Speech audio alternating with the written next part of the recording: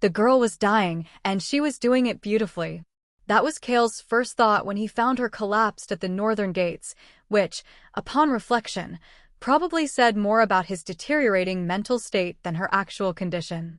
But there was something almost artistic about the way she'd fallen, one arm outstretched toward the castle entrance, her dark hair fanned across fresh powder like spilled ink, lips blue with cold but still curved in what might have been determination or possibly just the rictus of hypothermia.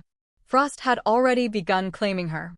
Ice crystals decorated her eyelashes like diamond tears, and her threadbare dress, ridiculous for this climate, absolutely inadequate for survival, had frozen stiff around her skeletal frame. She should have been dead. By every reasonable medical standard, she was dead. Except her chest still rose and fell in shallow, stubborn gasps. Well, Cale said to no one in particular, because everyone else had the good sense to stay inside during a blizzard. That's inconvenient. He should leave her. He knew that with the cold, calculated certainty that had governed his decisions for the past 5 years. She was clearly Omega. He could smell it even through the storm, that distinctive sweetness that Omegas carried like a signature, and Omegas meant complications. They meant biological imperatives and political maneuvering and all sorts of nonsense that Cale had systematically eliminated from his life, along with things like joy and functional circulation. More importantly, he might kill her. His touch was lethal these days, even through gloves, even through enchantments. His curse had a nasty habit of spreading to anyone foolish enough to get close. The last person he'd tried to help had lost feeling in their left hand for 3 months. But then the girl's eyes opened. They were amber. Warm amber, like honey held up to firelight, like the last golden days of autumn before winter devoured everything.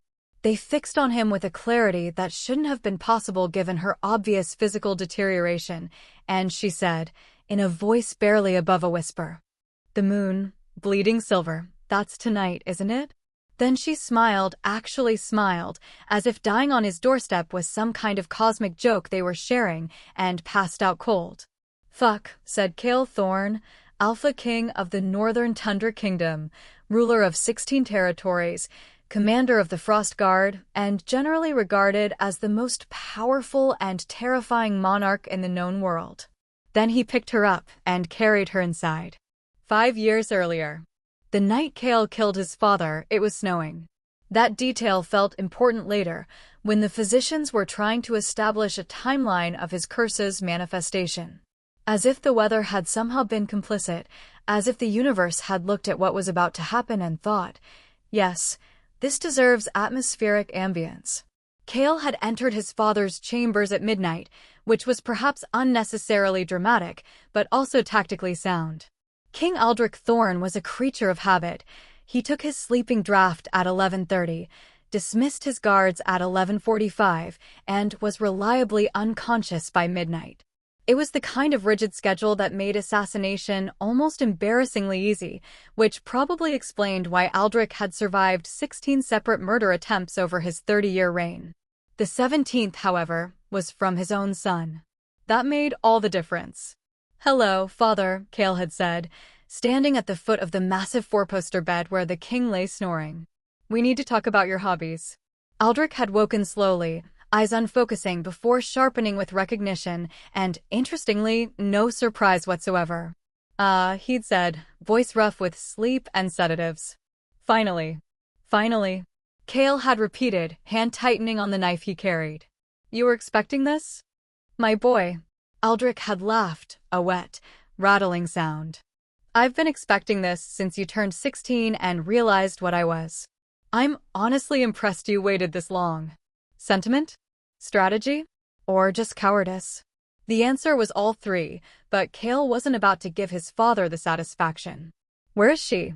"Which she?" Aldrich had asked, though his smile said he knew exactly which one.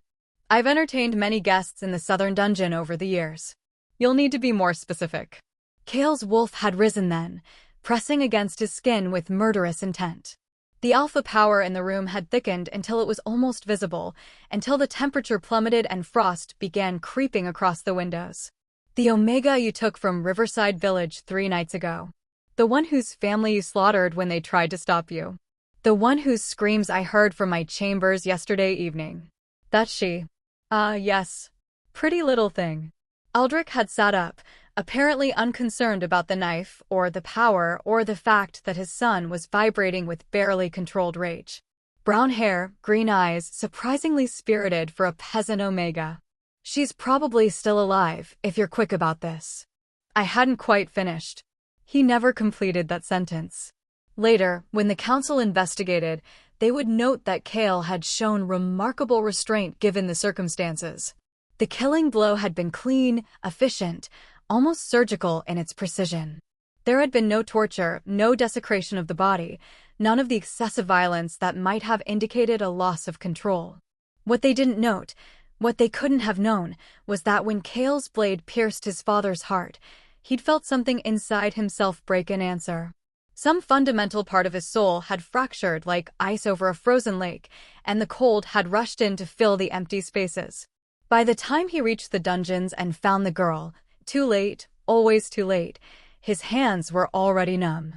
By the time he contacted the council and confessed to regicide, frost was spreading across his quarters. By the time the physicians examined him 12 hours later, his core body temperature had dropped to levels incompatible with life. But Cale Thorne was still living, still breathing, still ruling. He was just doing it without a heart. Present day. She's dying, said Physician Roth with the blunt certainty of a man who'd seen too much death to bother with euphemisms. I give her until morning. Maybe? Cale stared down at the girl, the Omega, the prophecy, the latest complication in his aggressively complicated life, and felt nothing. Which was normal. He hadn't felt much of anything since the curse, which his sister insisted was a symptom of the problem, but which Cale privately considered one of the few benefits. They'd stripped her out of the frozen dress and wrapped her in every blanket the castle possessed, but her temperature was still dangerously low. Her breathing was shallow, her pulse thready, her lips the color of fresh bruises. Someone had cleaned the dirt and blood from her face, revealing features that were sharp with hunger and striking despite their gauntness. She was younger than he'd initially thought, early 20s at most, and carried the distinctive scent of an unmated Omega. Also, curiously, the scent of rejection. It was subtle, almost masked by the smell of hypothermia and exhaustion, but Cale's wolf recognized it instantly. This Omega had been cast out, driven away, marked as unwanted by whatever pack she'd previously belonged to. The knowledge sat heavy in his chest, in the empty space where his emotions used to live. Rejection sickness, Roth continued, pointing to the faint gray veins visible beneath her translucent skin. Advanced stage. She's been rejected by her mate, probably weeks ago, and she's been deteriorating ever since. Combined with exposure, malnutrition, and what looks like significant physical trauma. He trailed off meaningfully. She's the prophecy, Alara said from the doorway. She'd appeared within minutes of Cale carrying the girl inside, practically vibrating with vindication. Look at her wrist. Cale looked. There, barely visible beneath the bandages, was a mark, a silver Omega symbol crossed with a rejection scar. The timing was perfect. The lunar eclipse was tonight, meaning if the prophecy held any truth, this girl was somehow key to breaking his curse. Which was either cosmically convenient or cosmically cruel, given that she was actively dying. We need to stabilize her, Alara insisted, moving to the girl's bedside. Whatever it takes. If she's meant to break the curse, then the curse will keep her alive, Cale interrupted coldly. If she's not, she dies, and we've wasted resources on a stranger. He ignored Alara's horrified expression. Roth, do what you can, but don't exhaust the medical supplies. We have a kingdom to maintain. Cale, Alara said quietly, dangerously. She walked through a blizzard to reach us. She's clearly desperate. Then she's clearly stupid, Cale countered. Desperation doesn't equal destiny, sister. It usually just equals death. He turned toward the door, already dismissing the entire situation from his mind. Update me if her condition changes. Otherwise, I have actual matters of state to attend to. He made it 3 steps before the girl spoke. Liar. The word was barely audible, cracked and rough from cold and disuse, but it stopped Cale dead. He turned slowly, frost crackling across the floor with the movement. The Omega's eyes were open again, those impossible amber eyes, and they were fixed on him with an intensity that should have been medically inadvisable. "You're a terrible liar," she whispered. "I can hear your heart." "I don't have a heart," Kale said flatly. "The curse destroyed it." "No." She smiled again, that same strange, knowing smile. "It's just frozen. I can hear it beating. Under all that ice." Her eyes started to close, exhaustion dragging her back under. "Slow, but beating. You're not as dead as you think." Then she was gone again, unconscious, possibly slipping toward actual death. Kale stared at her for a long moment.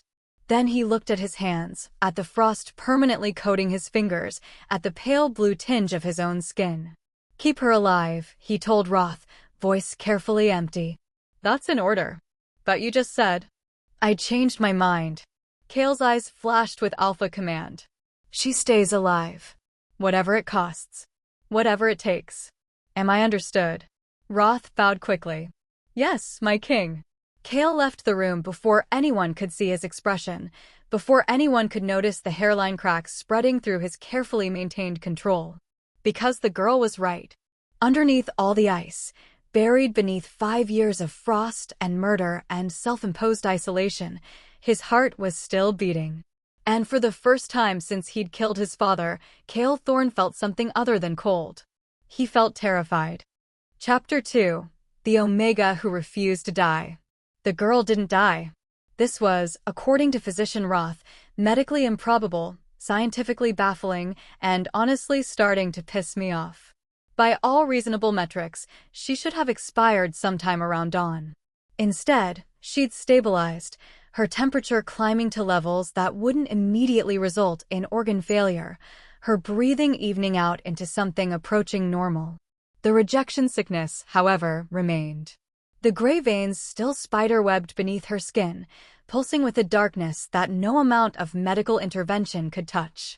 "It's the mate bond," Roth explained to Cale during the morning briefing, looking exhausted and vaguely accusatory, as if Cale were somehow personally responsible for the Omega's stubborn refusal to embrace death. When an Omega is rejected by their mate, the bond doesn't break cleanly, it festers. Poisons the system. Without the mate's acceptance or a new bond to override it, she'll die eventually. The question is whether she'll last long enough for whatever the prophecy requires. Cheerful, Cale observed, studying the reports on his desk with calculated disinterest.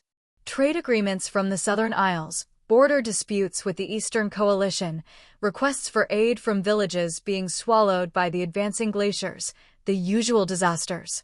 How long does she have? Weeks. Maybe a month if we're lucky and she's stubborn. Roth paused meaningfully.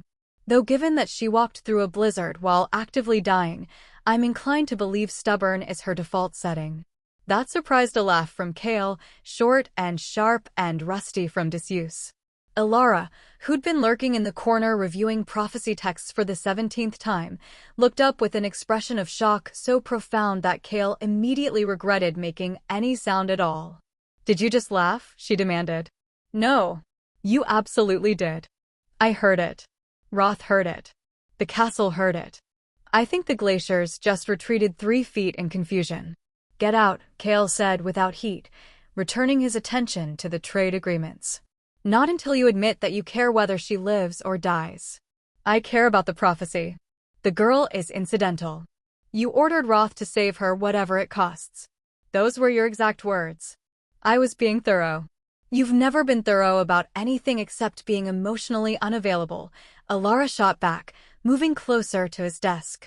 "Cale, if she's the key to breaking the curse, then we'll discover that when the eclipse happens tonight," Cale interrupted coolly. "Until then, she's simply another resource to manage. Now leave. Both of you. I have work to do." Roth departed immediately, recognizing the dismissal for what it was. Elara, however, lingered, her expression softening into something that looked uncomfortably like pity. "You know," she said quietly, "it's okay to hope. It doesn't make you weak." "Hope is a luxury I can't afford," Cale replied, not looking up from his papers. "Hope gets people killed." Pragmatism keeps them alive. Hope got her here, Alara pointed out. She could have died anywhere, but she walked through a blizzard to reach our gates specifically. That's not accident, brother. That's destiny. Destiny is just coincidence that someone wrote poetry about, Kale said flatly. Now get out before I freeze your research materials solid.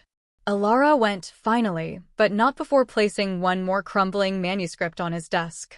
Page 47, she said. Read it. Please. Then she was gone, and Kale was alone with his paperwork, his curse, and his sister's damned book. He lasted approximately 7 minutes before curiosity got the better of him. Page 47 was marked with a faded ribbon, and the text, written in Old Northern dialect that Kale could barely parse, was frustratingly vague. But one section had been underlined, presumably by Alara, and when Kale translated it, he understood why. The curse of ice is born from death without justice, from hearts that break rather than bend. The cure is not found in power or position, but in the one who has lost everything and still chooses warmth. The rejected Omega carries the key, but the king must choose to turn it. Balance demands balance. A heart freely frozen can only be freely thawed. Freely thawed, Kale muttered, frost crackling across the manuscript's pages. What does that even mean? It means you have to want it. Kale's head snapped up. The Omega stood in his doorway, wrapped in blankets that dragged on the floor, her hair a tangled mess, her face still too pale, but animated with something that looked almost like defiance. She should have been unconscious. She should have been in bed, under Roth's supervision, preferably not dying in his hallway.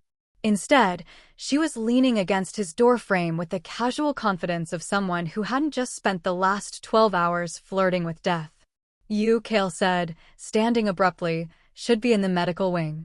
Probably, she agreed, her voice still rough but stronger than before. But I woke up, and everyone was fussing, and I have questions that I suspect you're the only one who can answer. She stepped further into the study, apparently unconcerned by the way the temperature plummeted with Kale's presence.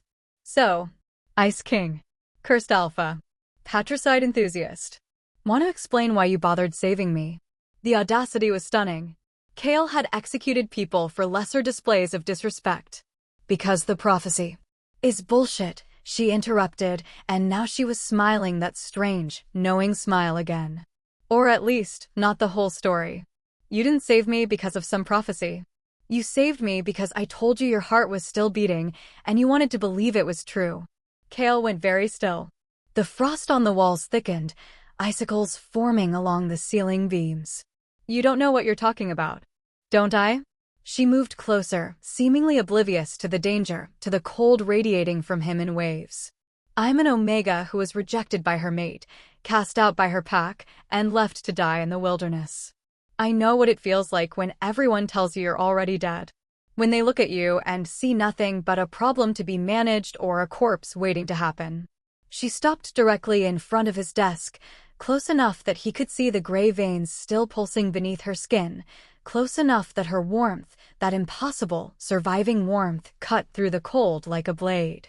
So yes, Ice King, she said softly. I know exactly what I'm talking about. Because we're the same, you and I. The Walking Dead. The ones everyone's already buried in their minds. Her amber eyes held his, unflinching. The difference is, I decided I wasn't done living. Question is, have you? The silence stretched between them, heavy with challenge and something else Kale couldn't name. Finally, he said, voice carefully controlled, you still haven't told me your name. Lyra, she said. Lyra Ashwood. Former Omega of the Silvermoon Pack, former mate to their future Alpha, current disaster and apparently your prophesied salvation. She tilted her head, studying him with unnerving intensity. Though I'm starting to think the prophecy got it backwards. Backwards.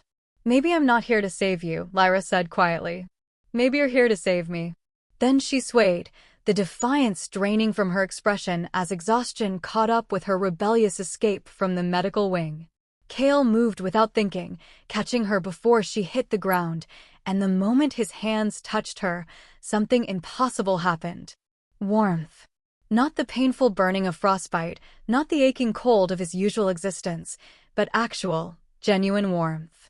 It flooded through him from the points of contact, spreading up his arms and into his chest, and for one perfect, terrifying moment, Cale could feel his heart beating the way it used to, strong, steady, alive. Then Lyra's eyes widened, her breath catching, and he realized she felt it too. The connection, the impossible warmth, the sense that something fundamental had just shifted in the universe. "Oh," she whispered. That's not normal." "No," Cale agreed, still holding her, still feeling that warmth fighting against his curse. "It's not. The prophecy is apparently less metaphorical than I thought," Cale finished grimly. He carefully lifted her, ignoring the way his hands tingled where they touched her, the way his curse seemed to recoil from her presence. "We need to get you back to the medical wing before you pass out again, and I have to explain to Roth why I let his patient escape." "I didn't escape," Lyra protested weakly, her head drooping against his shoulder. "I tactically relocated to gather intelligence. That's what we're calling breaking medical orders now? I'm an Omega who walked through a blizzard. I don't do well with orders." Her voice was fading, sleep or unconsciousness pulling her under again. "Besides, wanted to see if you were real." "Real?" "The Ice King. The monster. The Alpha who killed his father and lost his heart." Her words slurred together, consciousness slipping away. "Everyone talks like you're already a villain. But I saw your eyes. When you found me, you were scared." "I'm not scared of anything," Cale said automatically.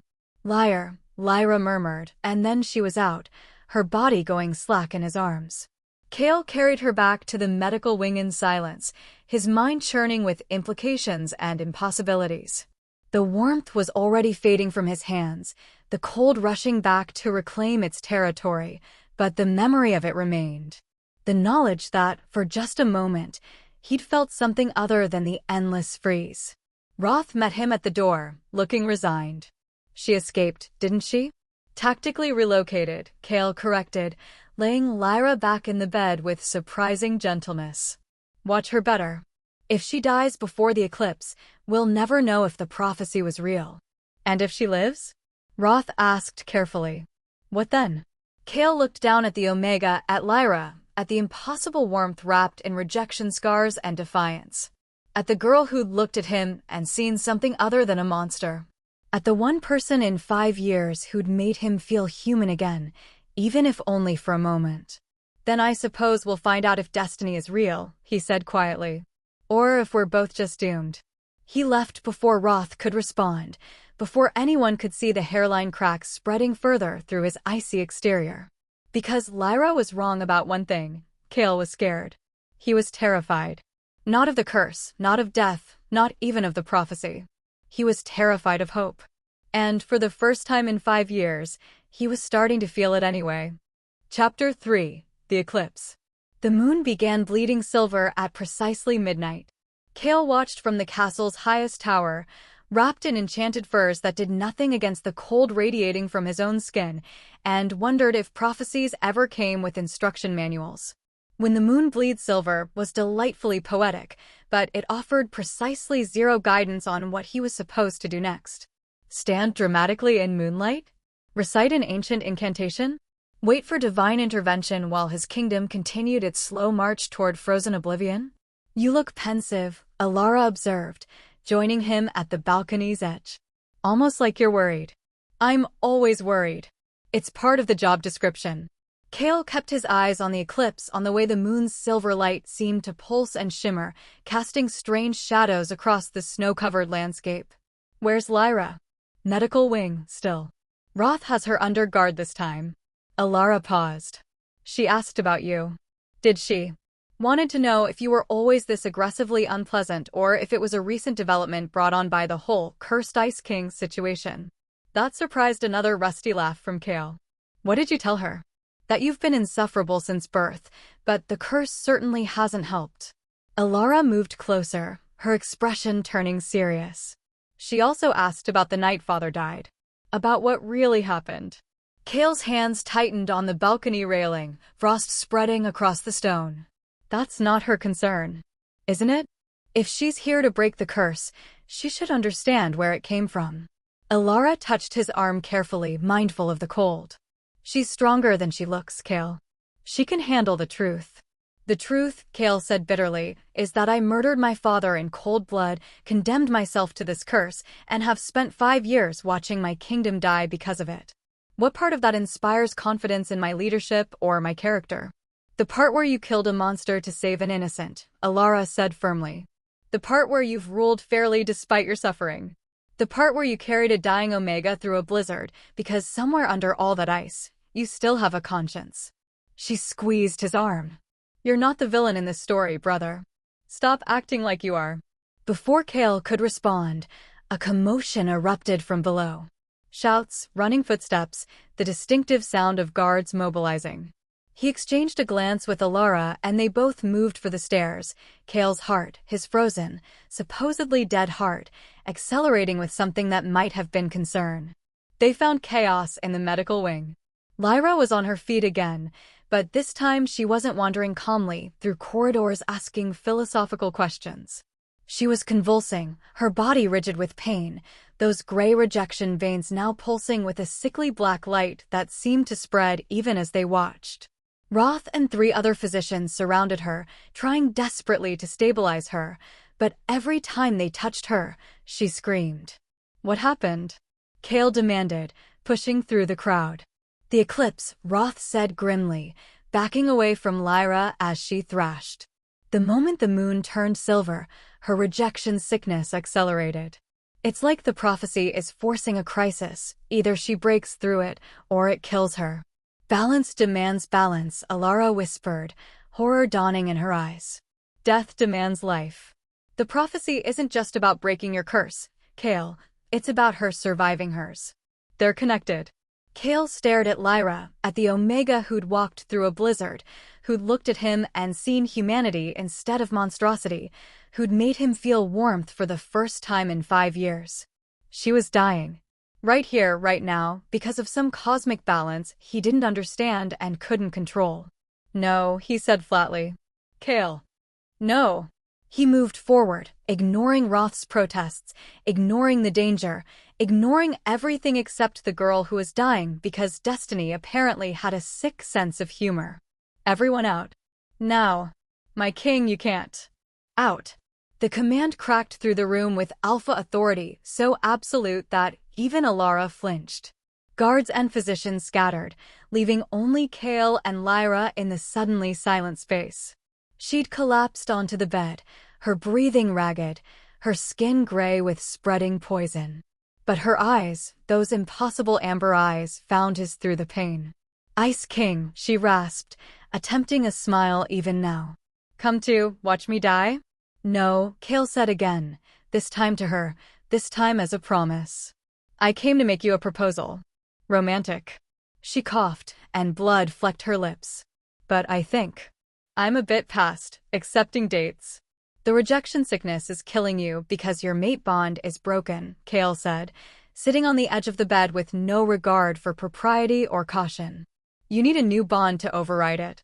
Understanding flickered in her eyes, followed immediately by disbelief. You want to bond with me? You're cursed. You're frozen. Your touch is literally, she gasped as another wave of pain hit. Literally lethal. Usually, Kale agreed. But when I touched you earlier, I felt warmth. You felt it too, don't try to deny it.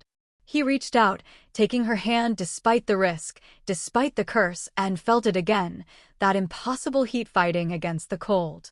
The prophecy says the rejected will bring the thaw. Maybe that doesn't mean breaking the curse immediately. Maybe it means bridging the gap between death and life. That's insane, Lyra whispered. But she didn't pull her hand away. You don't even know me. I could be terrible. A criminal. A really bad singer. You walked through a blizzard to reach sanctuary. You looked at me and saw a person instead of a monster.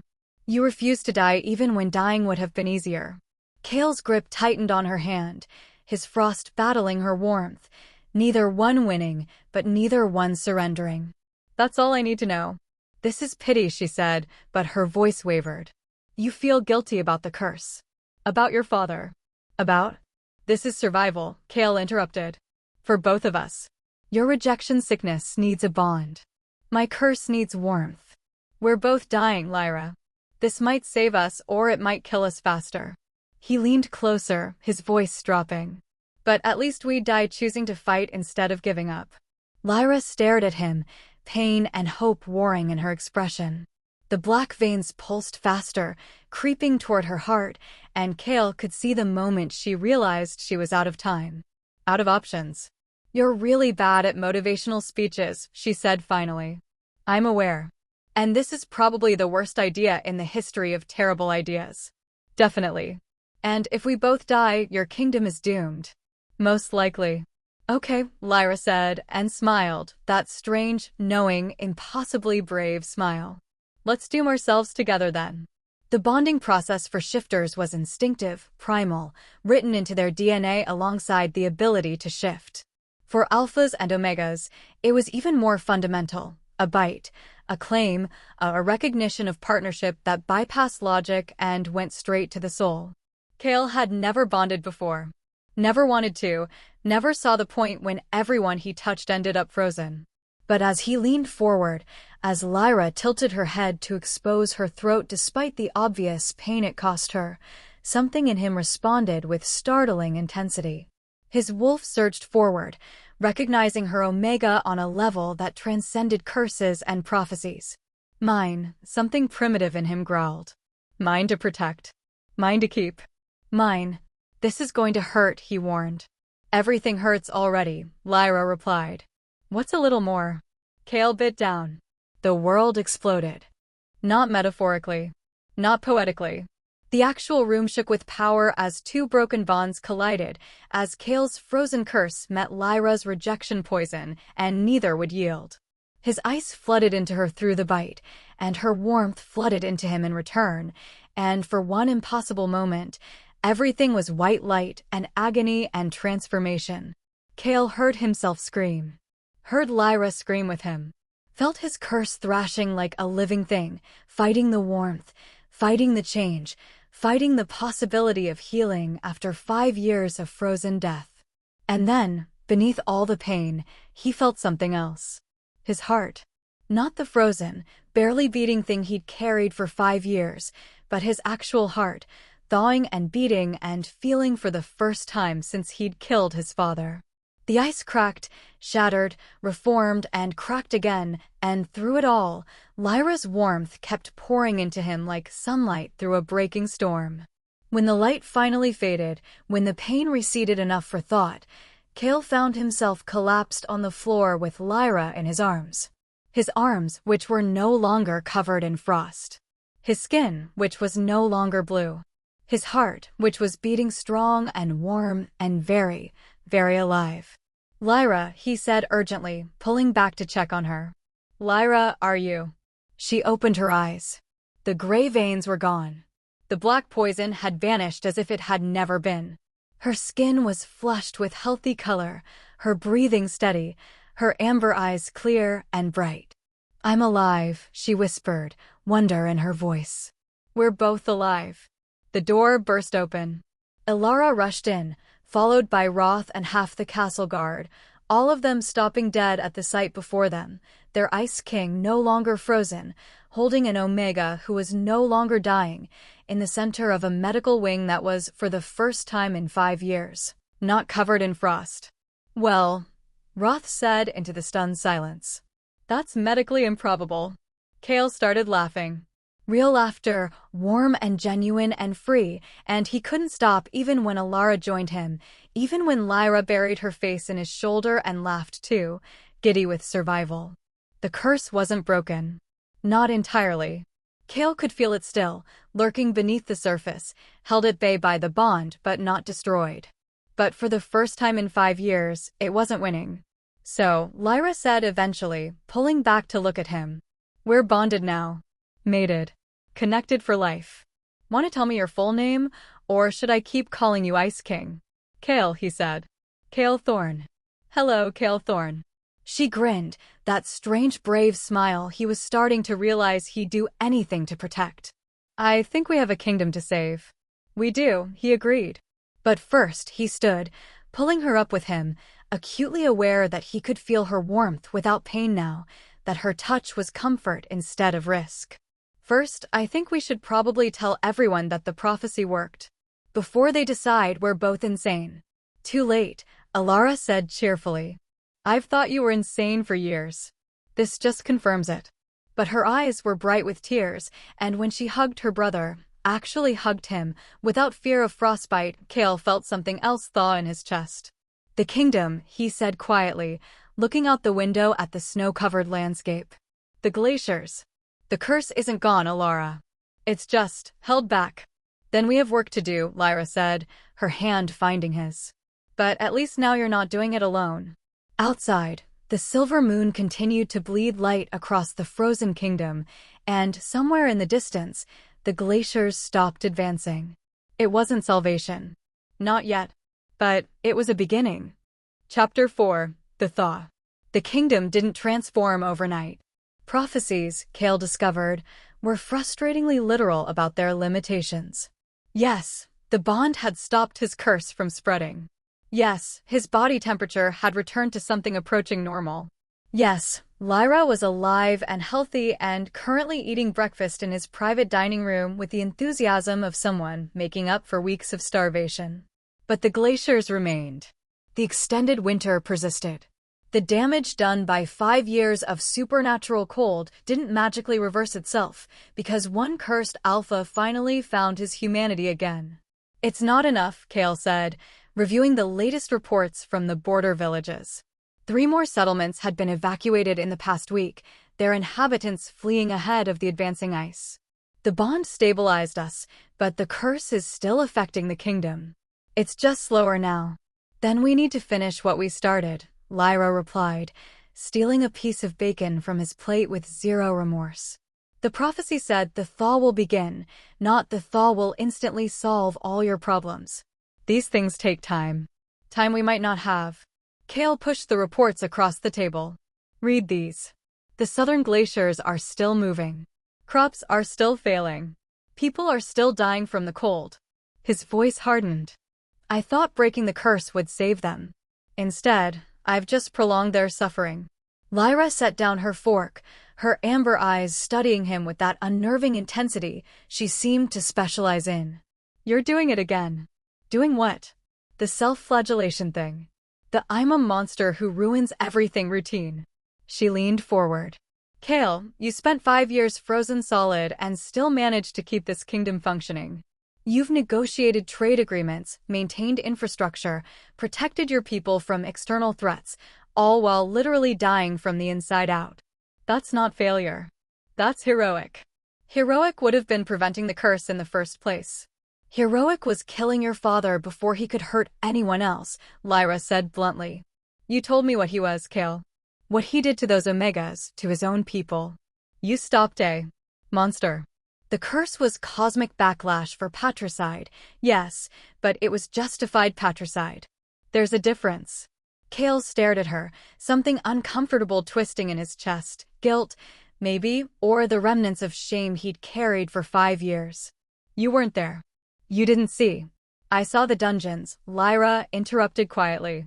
Alara showed me yesterday while you were in council meetings. She thought I should understand the full story. Her hand found his across the table. I saw what your father did to those girls. I saw the chains, the cells, the dried blood on the walls. And I know what happens to Omegas when alphas like him decide we're just toys for their entertainment. The silence stretched heavy between them. Finally, Cale said, your mate. The one who rejected you. What happened? Lyra's expression shuddered briefly, pain flickering across her features before she controlled it. His name was Marcus. Future alpha of the Silver Moon Pack. We were supposed to be perfect together, politically advantageous, powerful bloodlines, all that aristocratic nonsense. She laughed without humor. Except Marcus had a secret. He'd been bonded to someone else for years, a beta from a lower family. When his father found out, Marcus had a choice: reject his true mate and bond with me for political reasons, or lose his inheritance. He chose politics, Cale said flatly. He chose politics, Lyra confirmed. Publicly claimed me, privately kept his real mate hidden. I found out 3 months later when I caught them together. When I confronted him, he said. She swallowed hard. He said I should be grateful. That Omegas like me were lucky to be claimed at all, even if the bond was fake. That I should accept the arrangement and stop being selfish. Kale's hands clenched on the table, frost creeping across the wood before he controlled it. What did you do?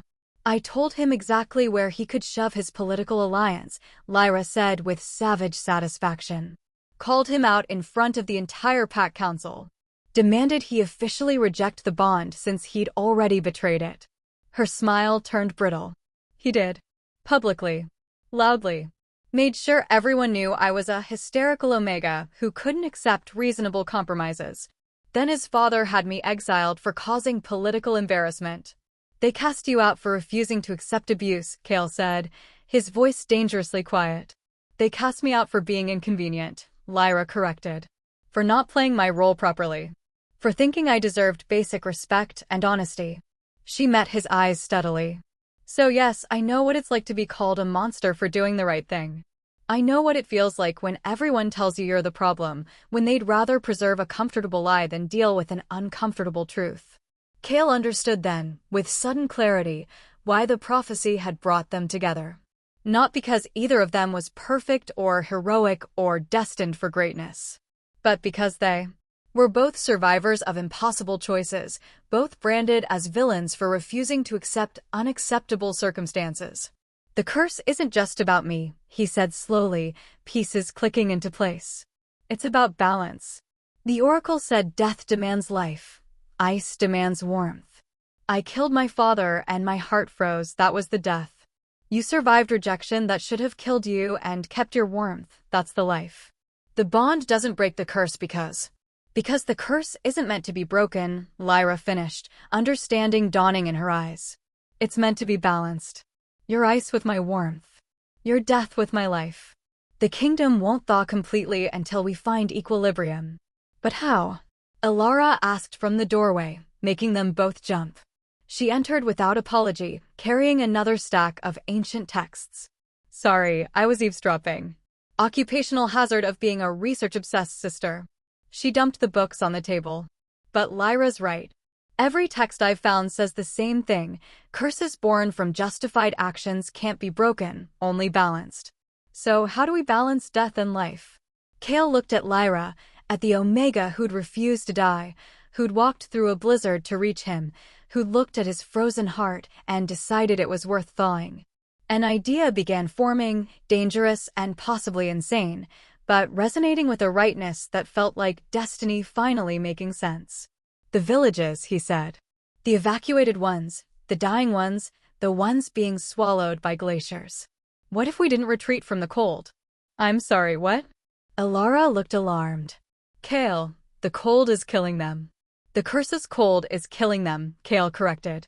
My cold, spreading from my heart through the kingdom. But what if we brought warmth to counter it? Not magical warmth, not prophecy, just. He gestured to Lyra. Life. Hope. Actual solutions instead of managed decline. You want to rebuild, Lyra said, understanding spreading across her face.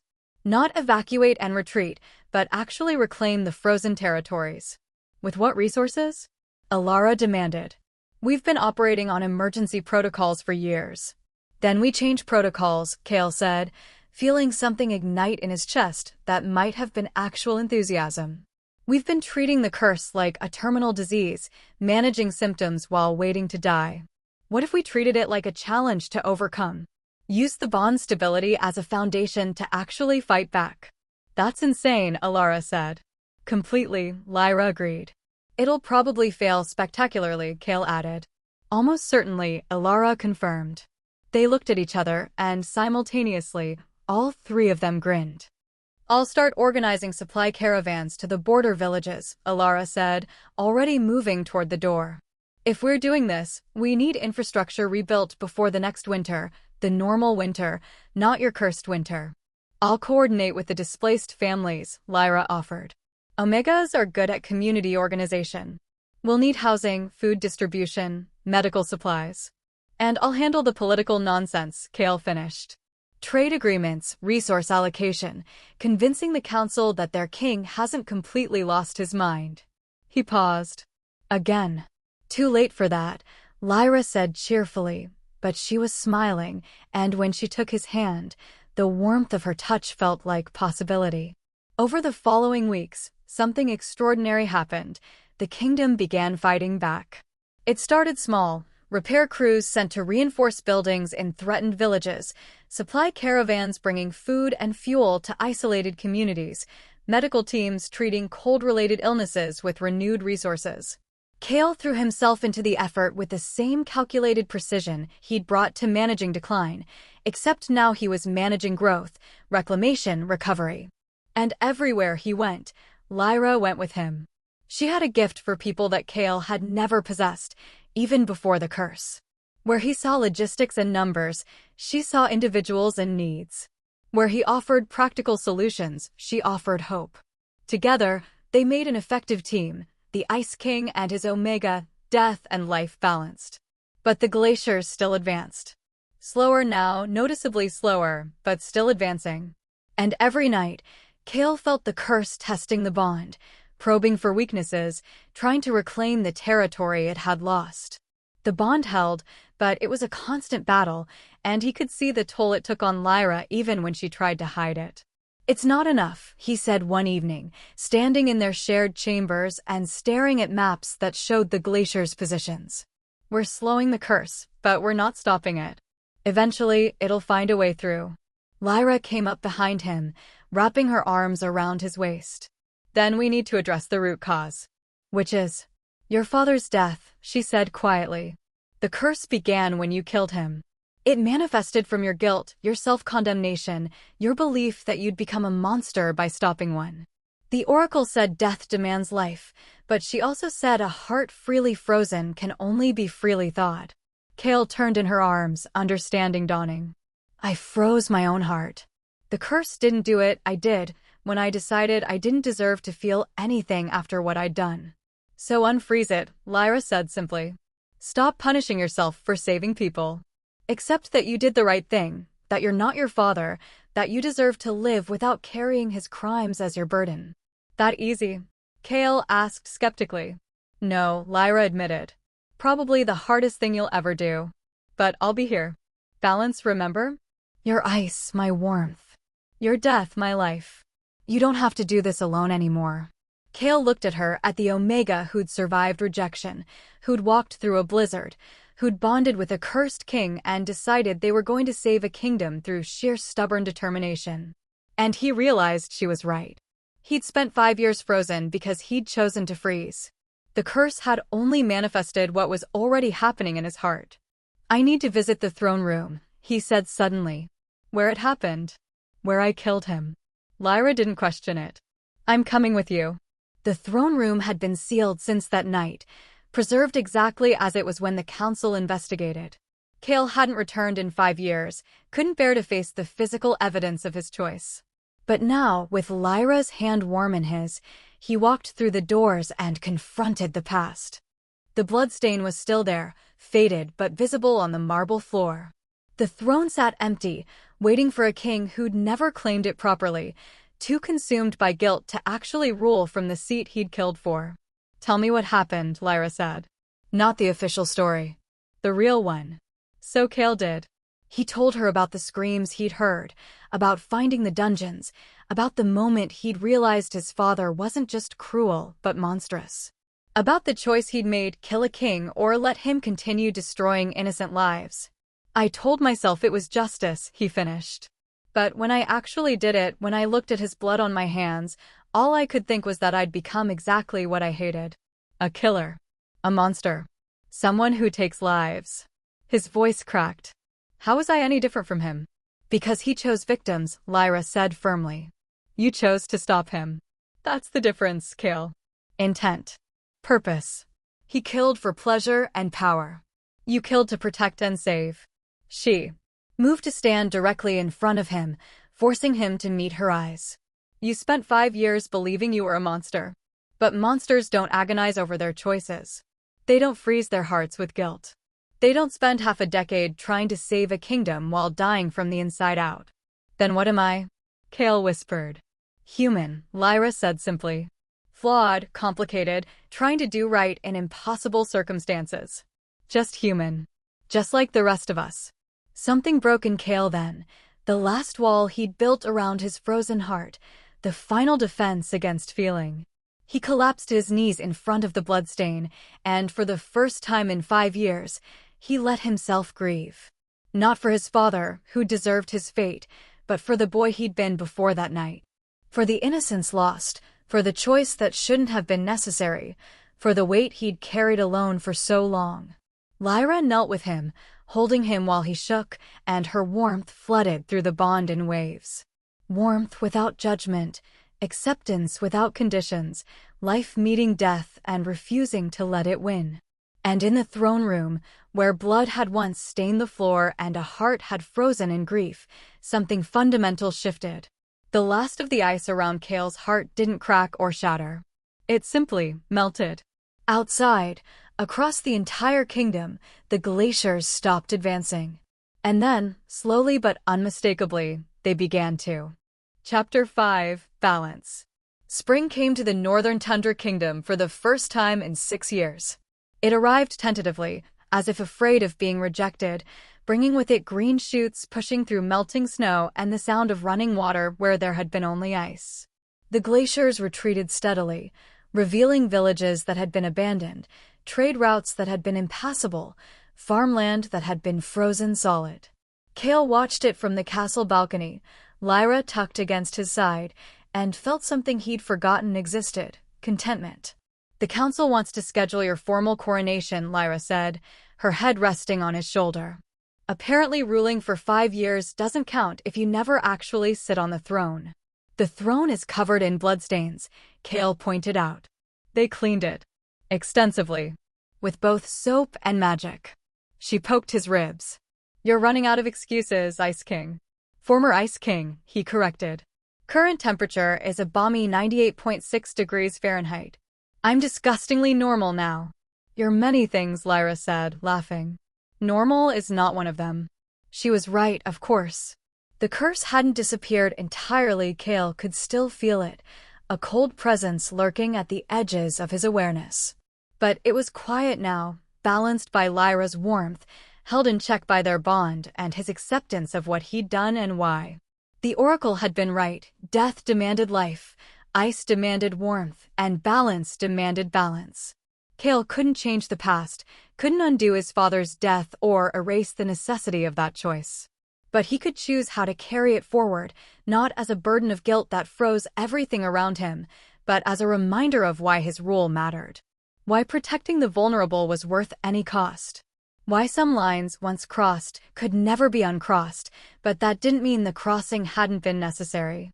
The northern villages sent a petition, Alara announced, appearing in the doorway with her characteristic lack of regard for privacy. "They want to rename the spring festival in your honor." "Cale's thaw has a nice ring to it, don't you think?" "Absolutely not," Cale said immediately. "Too late, I already approved it," Alara replied cheerfully. "You're a legend now, brother. The Ice King who found his heart." "Very romantic."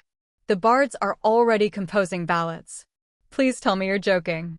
"I am not. My personal favorite involves a lot of melodramatic rhyming about frozen hearts and redemptive love. It's terrible. You'll hate it." She grinned. "The coronation is set for the summer solstice. That gives you 3 months to come up with a speech that doesn't involve threatening to freeze anyone." "I'm not good at speeches." "Then Lyra will write it," Alara said practically. "She's good at the inspirational nonsense you're allergic to." "I am standing right here," Lyra protested. "Yes, and you're also the only reason my brother isn't a decorative ice sculpture, so you get speech-writing duties. It's in the job description for Omega, who saves cursed kings from themselves." Alara's expression softened. "Seriously, though. Thank you. For fighting for him when he'd given up fighting for himself." Lyra smiled. "He'd have done the same for me." "Would I?" Cale asked, genuinely curious. "You literally bonded with me while I was dying from rejection sickness," Lyra pointed out. "That's either heroically romantic or spectacularly stupid. Can't it be both? With you? Usually." Alara left them to their banter, and Cale pulled Lyra closer, breathing in her scent, warmth and life and home. Are you happy? He asked quietly. Here, with me with all of this? Lyra tilted her head to look at him, amber eyes serious. I walked through a blizzard to reach you. I bonded with you when both of us were dying. I helped you rebuild a kingdom and thaw a curse. She smiled. So yes, you absolute disaster of an alpha. I'm happy. Even though I'm emotionally unavailable, occasionally threatening, and come with significant political baggage, especially because of that, Lyra said. You're a mess, Cale Thorne. But you're my mess. And I wouldn't have it any other way. The coronation happened on the longest day of the year, when sunlight stretched across the kingdom from dawn until midnight and the last remnants of cursed winter finally surrendered to summer. Cale wore formal robes that didn't require 3 layers of thermal enchantments, stood in a throne room that smelled of flowers instead of frost, and actually sat on the throne that had haunted him for 5 years. The bloodstain was gone. Lyra had been right about the cleaning, though Cale suspected magic more than soap had done the work. But more importantly, the weight was gone, the crushing guilt, the frozen grief, the belief that he was a monster wearing a crown. Do you, Cale Thorne, accept the responsibilities and duties of the Northern Tundra Kingdom? The High Priest intoned in the formal cadence required by tradition. Do you swear to protect its people, honor its laws, and rule with wisdom and justice? Cale looked out at the assembled crowd. At Alara, beaming with pride. At his advisors, who'd stood by him through 5 years of impossible cold. At the people who'd survived glaciers and starvation and their king's curse because they'd refused to give up hope. At Lyra, standing beside the throne with her hand resting on his shoulder, warmth and life and balance. I do, he said clearly. On my honor, my life, and my heart, I do.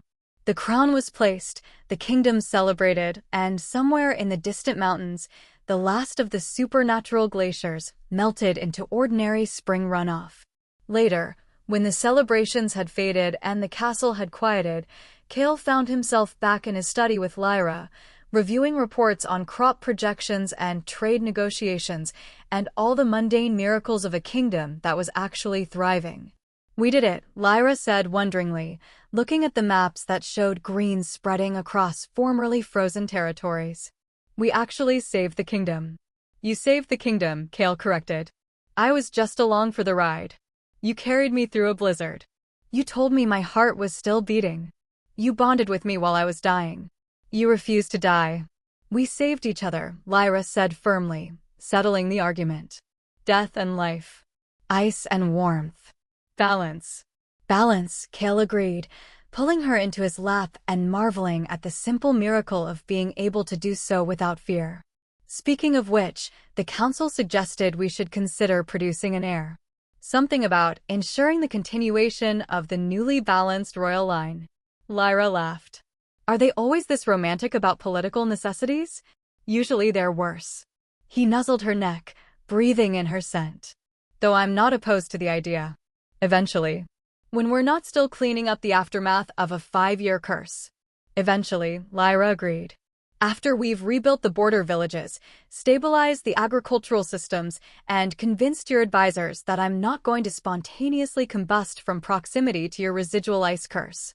You're very sensible for someone who walked through a blizzard. I'm very sensible despite walking through a blizzard, Lyra corrected. There's a difference.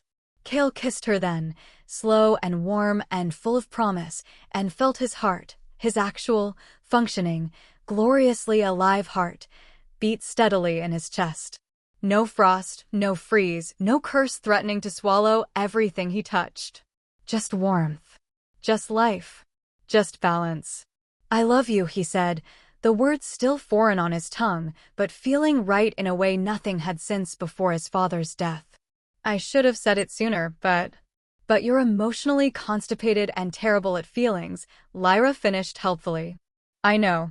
I love you too, you absolute disaster. We're both disasters, Cale pointed out. Yes, Lyra agreed, smiling that strange, knowing, impossibly brave smile that he'd first seen in the snow. But at least we're disasters together. Outside, spring gave way to summer, and the northern tundra kingdom, land of ice and prophecy and impossible redemptions, thrived under the rule of a king who'd learned to balance death with life, and an Omega who'd refused to let either one win. The curse remained, a quiet presence at the edges of Cale's awareness, reminder of choices made and prices paid. But it was no longer ruling him, no longer freezing everything he touched.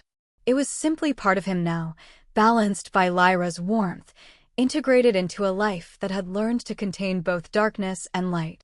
Some stories ended with the curse broken, the kingdom saved, everyone living happily ever after with no complications or consequences. This story ended with acceptance, that some things couldn't be undone, only carried forward. That redemption wasn't about erasing the past, but learning to live with it. That balance wasn't perfection, but the constant, difficult, worthwhile work of choosing life over death, warmth over ice, hope over despair. The bards would probably make it more romantic. They'd add dramatic confrontations and magical battles and grand gestures of true love conquering all. But Cale preferred the truth, that salvation hadn't come from prophecy or destiny or cosmic intervention. It had come from two broken people choosing to fight for each other, to balance death with life, to believe that even frozen hearts could thaw if given warmth and time and the stubborn, reckless courage to try. And in the end, that was all the magic they'd ever needed. The end.